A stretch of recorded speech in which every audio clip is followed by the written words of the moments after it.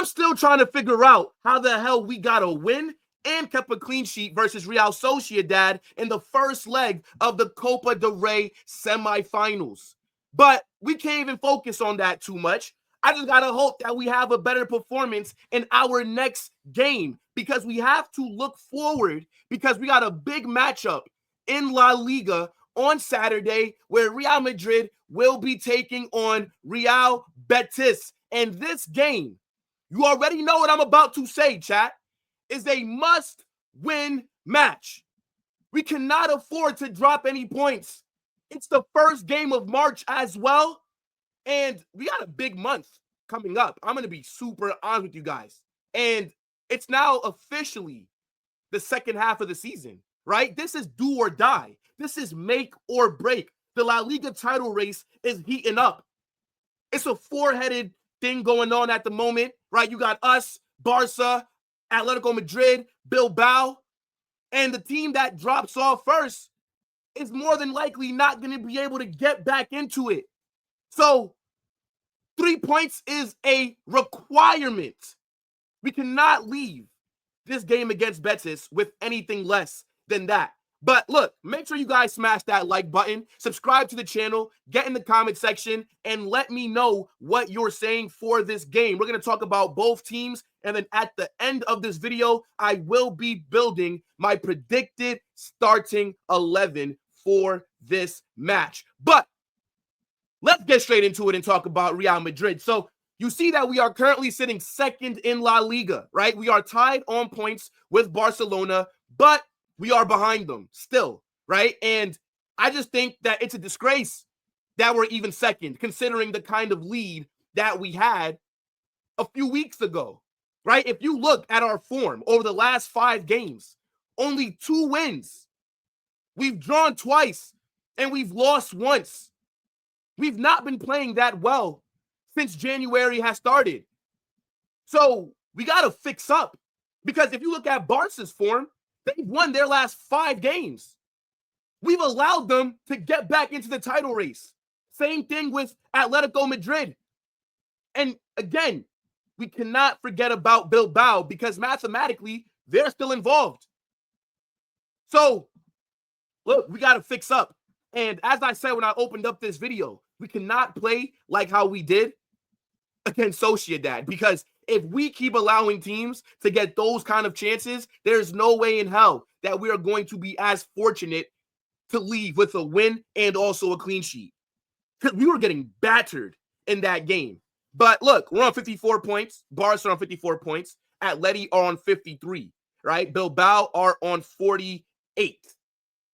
The La Liga title race is the most interesting one and the most competitive in Europe's top 5 leagues. Now, throughout, 25 games, we've won 16, we've drawn 6, and we've lost 3 times. We do have a plus 31 goal difference. And, you know, we still are on for the treble, right? And I still do believe that we win La Liga this season. I've never seen us do it back-to-back, but I just got a good feeling that this could be the first time in my lifetime being a Madrid fan seeing us do it. So, look, let's talk about the first time that we played Betis this season. Now, we did beat them 2-0 at the Bernabeu earlier this season. I believe this was like the 4th or 5th game, right? I remember, because we were on some pretty shit form, right? We drew against Mallorca to start off the season, and then we beat Valladolid, and then I believe we drew with Las Palmas, and then we played somebody else, or we played Real Betis. Point is, the start of this season was shit. Like, we were not playing good at all.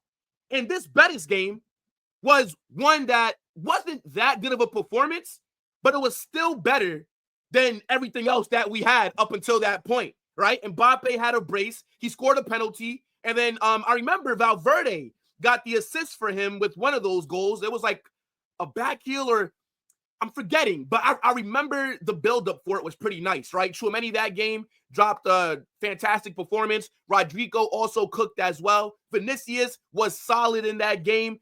And if you look at it right here, Dani Ceballos started this match. And I remember that's when I was not happy with Dani Ceballos getting starting minutes. And we're going to definitely talk about Ceballos a little bit later because he is dealing with an injury. But I literally remember when Dani Ceballos was starting, I was like, what the hell is this guy doing in the 11? Bro, but look at that back line, man. Dani Carvajal, Eder Militao. I miss those guys, especially Carvajal. Fucking hell. But yeah, look, we did beat them earlier this season, 2-0. Wasn't a dominant performance, but at that point of the season, it was the best one that we had, right? Now, again, Betis are a pretty dangerous team, right? They're not going to be as easy as they were back then because Isco was out injured, right? They also didn't have Antony, who's now on loan tearing it up. And their squad now is a lot better than what it was back in September. But our form, just in general, even though we haven't been that good in the league over like the last few weeks, we still are playing a lot better than we did back in September. Now, just looking at our current form, right? We got the 1-0 win versus Sociedad that I was talking about earlier. We also got a 2-0 victory over Girona. We knocked out Man City in the UCL playoffs, but we did get a draw to Osasuna. We did draw in the Madrid derby, and then we also lost to Espanyol. So, I mean, look, you guys see the green, right? It's been a lot of W's, but that doesn't mean that our performances have been the best, if that makes sense, right? I think that we have been getting away with it in some of these games. And to be honest, the loss that we had to Espanyol was a disgrace. We always either draw or drop points versus Atleti in the Madrid derby, so that's kind of expected, especially in La Liga, right? In the league, it's just always a struggle against them. But the draw versus Osasuna, disgraceful. That performance against Sociedad in our last match, disgraceful. So let me know what you guys are saying, right, for Real Madrid's form. And let me know how you're feeling heading into this matchup. Now, we do have to talk about Real Betis, right? Because they are currently sitting 7th in the table, right? This is about where you would predict them to finish, right? I would say anywhere from like 5th to 7th is a good range for them. Right? They are a team that is usually in some European competition, whether it's Europa or the Conference League. And I think that they've been solid this season, right? In their last 5 games, they've won 3 times, they've only lost once, and they've drawn once as well, right? They have a 0, like they scored what? 32 goals, they conceded 32 goals. So a 0 goal difference. I mean, it's pretty crazy. I didn't even realize that, to be honest. But look, 25 games, they only have, 9 wins, 8 draws, and 8 losses?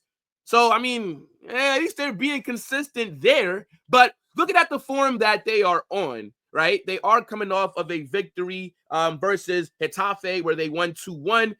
They did lose in their Conference League playoff second leg, but they did advance because in the first leg, they did beat Gent. So they are in the knockout rounds of the Conference League. They did get a good victory over Sociedad 3-0, even though Sociedad got 2 red cards. Bro, I'm noticing that it's a lot of red cards that get shown in their games, right? They had a red card. Both teams had a red card when they played Getafe. There was a red card against Gent. There was 2 red cards versus Sociedad. There was a red card versus Mallorca. There was a red card versus Alaves. Fucking hell. Yeah, I could already see what's going to happen in this game. Now, earlier, they did get a draw versus Barcelona, right? So that was a big result for them. I remember we did a hate watch during that game. So, look, Betis are not a team that we should just be taking lightly. They do have a good squad. Some talented players are over there as well. So let's look at the players that they have, right? And the guy that I want to talk about right away, I mean, look, he hasn't even popped up yet. But Isco, my Isco, will be available and will be lining up against us in this game. Chat, you guys know, man, Isco, what a player, bro. What a baller. Was very integral to Real Madrid's success, especially when I first started watching, right? Now, James Rodriguez is the reason why I became a Real Madrid fan. And when Zidane forced James out in favor of Isco, I was a little bit annoyed, but Isco is a baller. And he's Betis' best player. I don't care what the market value tells us.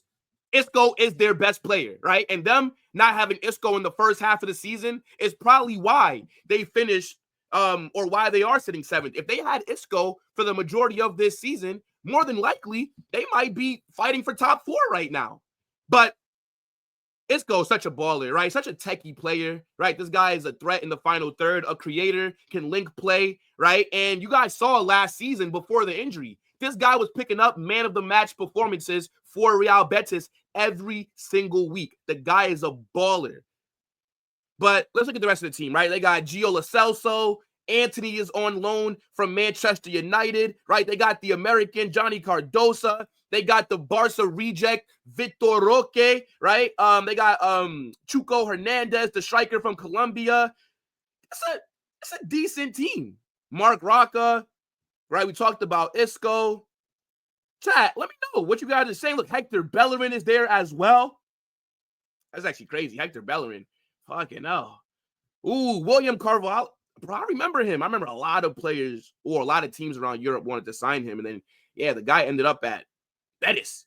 But look, chat, let me know what you think about their squad, right? And just to give you guys a big update for them, right? At first, Antony was supposed to miss this game because he got a red card in their last match, but the red card has been overturned. So Antony will be available for Betis in this match, right? And I know that, Antony's been shit for Manchester United since they signed him from Ajax, but this is a big boost for their squad because he's been on some pretty decent form since he signed for them. Now, just looking at any of the other injury updates that they have, few players that they're saying might not be available for this game, right? Sometimes we do see players here that, you think might miss a game, but then they end up being fit for the match. But it seems like they have a lot of injuries going on at the moment at Real Betis. So, look, chat, let me know what you guys are saying for Real Betis if you do watch them. I've only watched them a handful of times this season.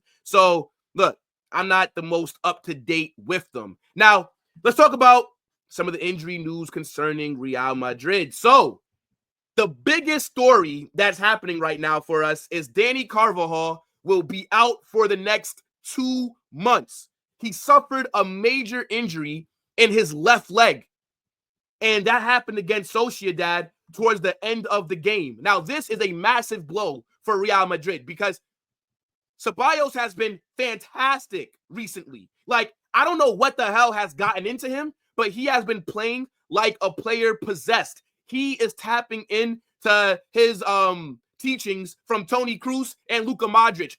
Ceballos not being available for the next 2 months will definitely be a huge miss for us. And just to kind of show you how many games he's going to miss, the list is right here. He's going to miss Real Betis, Atletico Madrid. He's going to miss Rayo Vallecano. He's going to miss, the second leg as well in the Champions League, Villarreal, Leganés. The second leg of the Copa del Rey semifinal, second leg. Look at all this, bro.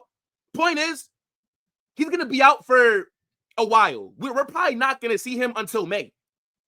And that's if his recovery goes well.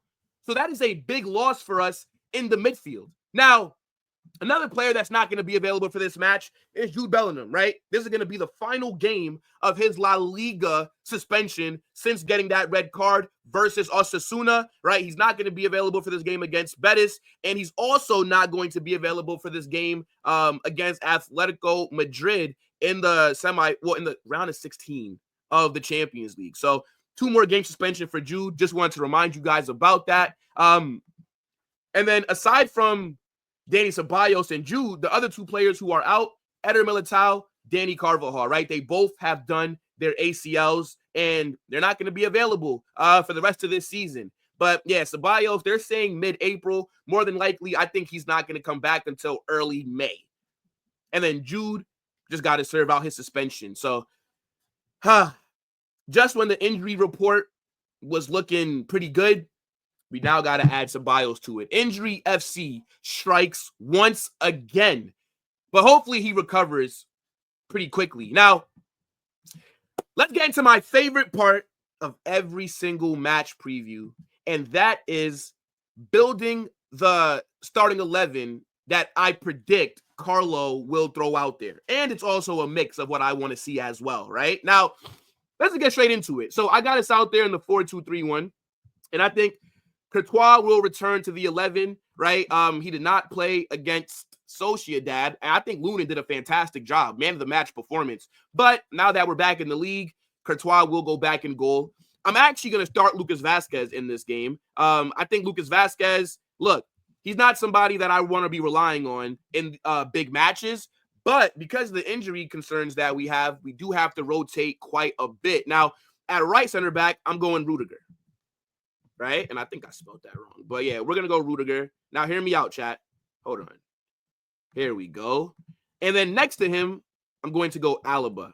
So, yes, people are probably going to be thinking, where the hell is Asensio? I am resting Raul Asensio, okay? I think Raul Asensio should be getting a rest. He's played every game the last few weeks, and he didn't really have a good game against Sociedad, but I think that Asensio should be starting against Atletico Madrid, and I'm not too sure about David Alaba possibly starting that game. So I would kind of rotate this back line just a little bit, right? Now, at left back, I'm going to go Mendy. I think we should be starting Ferland Mendy here because of his defensive presence. And I know Fran Garcia started the last game, and Carlo does like to rotate a bit. Now, here we go on the double pivot. With no Ceballos, I think that for this game, it makes sense to start Camavinga, right? Camavinga is who I'd start. Camavinga's not been that good this season. He's been dealing with a lot of injuries. He's also just been on some poor form, right? Making a lot of mistakes that have cost us in some games. And Camavinga, he's going to be the biggest beneficiary, if that's how you say the word, of Dani Ceballos being injured because he's next up in line to get more minutes. And he is going to be starting a lot of these games now because Luka Modric cannot start week in, week out. So I think Camavinga is going to start this match. And I'm looking for him to bounce back because I still do believe in him, but he has to stop making these mistakes. Now, in the pivot next to him, we got to go Tchouaméni, right? Tchouaméni's been balling out recently. He's been on smoke. And having him back in that midfield, bro, I don't think anybody's going to complain about that. Now, in the attack, on the right, I'm going Rodrigo, right? Okay. In the 10, I think he's going to go Brahim, right? Let's not even argue for Arda, right? Arda, he started against Sociedad, but we were so shit offensively that he had to basically play as a right back for a majority of the game and help defend. But I think Brahim will definitely start this game. On the left, we are going to go Vinny. And then up top, I think Mbappe returns to the 11. Chat, this is a big game, right? I mean, our next two games are huge. Actually, all of our games until the end of the season are must-wins. They're all needed to be treated like cup finals because we literally cannot afford to lose any of them. One loss, one draw, that could derail our title hopes. So we got to pick up the 3 points, and we have to go pretty strong, right? I know some people might say Asensio needs to start this game, and I'm not going to argue with you guys, but definitely let me know in the comment section what you are saying for this predicted starting 11.